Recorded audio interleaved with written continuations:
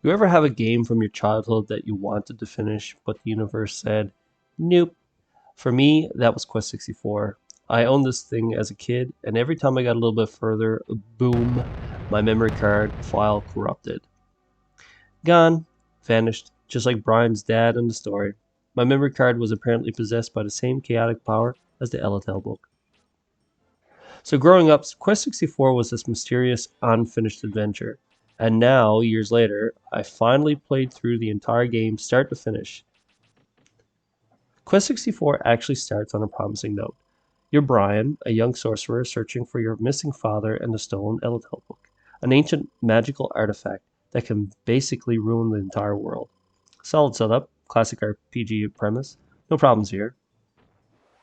The game features 4 magic elements: fire, wind, water, and earth. Level them up, mix them, and unlock new spells. Sounds great, right? Well, this is where things fall apart.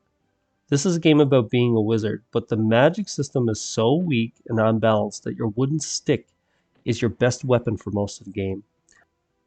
Most spells do terrible damage. Most have terrible range. Most feel unfinished. There's only a handful of spells that really matter.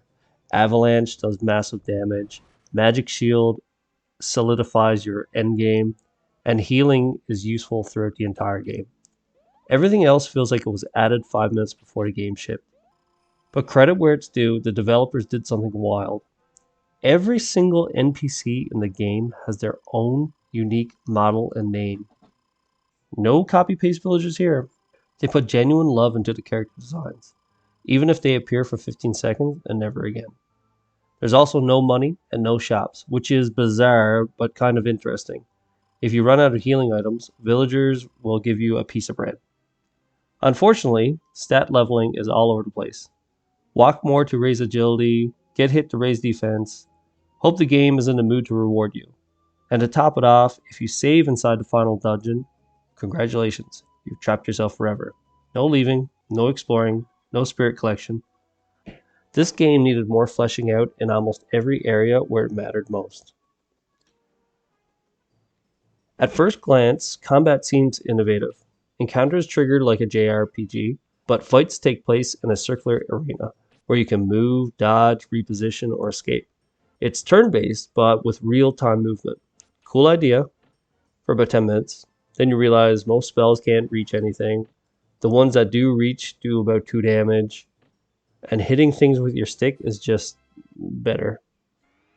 So every battle becomes walk up, hit the enemy with stick, repeat until they stop moving. You can use items, but since there's no way to restock beyond free bread, you end up hoarding everything like a medieval prepper. Visually, Quest 64 is fine. Towns look nice, characters are detailed, interiors have effort behind them, but environments, not so much. Outside battle, the world looks nice, at first. Once you enter an area, you realize that it all looks the same. Forests repeat the same trees, pathways have no unique assets to help distinguish the environment, and caves have repeating hallways over and over. It's like the developers built one section and said, perfect, copy-paste to oblivion. Walking is slow, traveling is a little bit tedious, and getting lost is practically guaranteed. The gameplay works but lacks in depth and polish. Music has medieval charm, but loops endlessly. The overworld theme is catchy until you hear it for the 400th time and start questioning your life choices.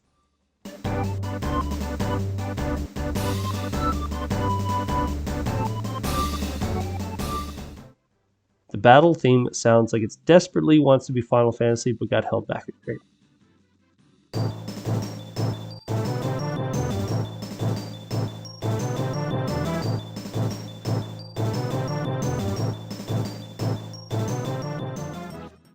Sound effects are okay. Nothing offensive, just nothing memorable either.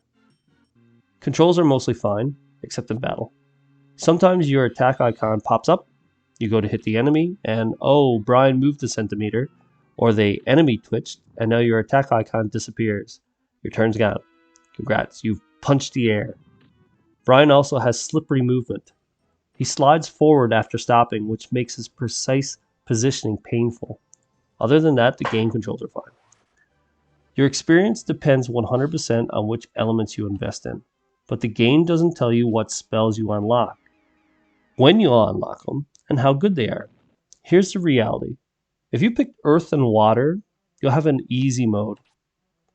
That means you'll get Magic Shield, Healing, and Avalanche. That's pretty smooth sailing. If you picked Fire and Wind, that's a lot harder.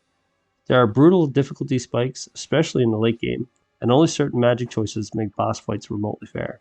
A skill tree or spell preview would have saved the system, but instead, everything is trial and error.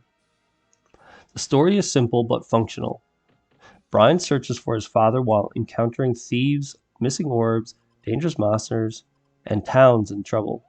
Shannon provides a twist near the end, and there's a mystery surrounding the final antagonist.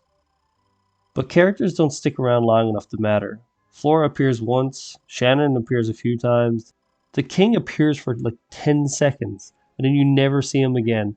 The whole point of the story was to find your father. You find him, and it's done. Brian is also completely mute, so character development is non existent. The story works, but shallow and underdeveloped. Animations are inconsistent. Spell hitboxes don't match visually sometimes. Enemies take forever to move or attack, slowing down the fights. One of the bigger challenges in Quest 64 is not getting lost. This game is a masterclass in environmental deja vu. Forests are endless loops of identical trees. Caves repeat the same hallway until your brain disconnects. Enemy difficulty spikes are random too. One moment you're fine, the next you're fighting an enemy that completely decimates you. And again, difficulty depends entirely on your spell choices.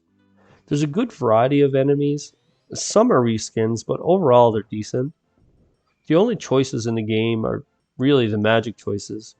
If you mess those up, then the game punishes you. You play the game, you can beat it in around 10 hours or so, unless you leveled the wrong magic, and then you're going to just either grind it out or you're going to quit the game. There's a great detail of items in the game, but it's one long cluttered list. There's no sorting, there's no stacking. You have to scroll through the whole thing to find what you're looking for. It seems kind of dated.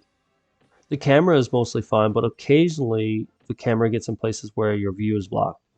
The replayability of this game is pretty low, unless you're a speedrunner or a masochist. As for extra content in the game, there's nearly nothing. Saving in the final dungeon locks you out of exploring, so if you wanted to get all the spirits, well, I guess time to replay. I didn't encounter many bugs at all. The only thing that I encountered were some frame drops when there was too many enemies on the field. But some glitches are used by speedrunners for manipulating spirits. In the end, this game receives a score of 48.93, placing it into the niche category of my tier list. That means it meets the criteria to be a great game for a small number of gamers, but disliked by most. Personally, I'm one of those people that enjoys it, but I'm probably biased from nostalgia. Quest 64 is a game full of charm, unique ideas, and childhood nostalgia, but hampered by shallow mechanics, poor balancing, repetitive environments, and underdeveloped design. It's not terrible. It's not great. It's Quest 64. And honestly, I'm glad adult me finally beat it. If you enjoyed this review, hit like and subscribe, and let me know in the comments, did you ever beat Quest 64? Were you an Avalanche enjoyer, or were you one of the kids who picked fire and never returned? Thanks for watching, and I'll see you next time.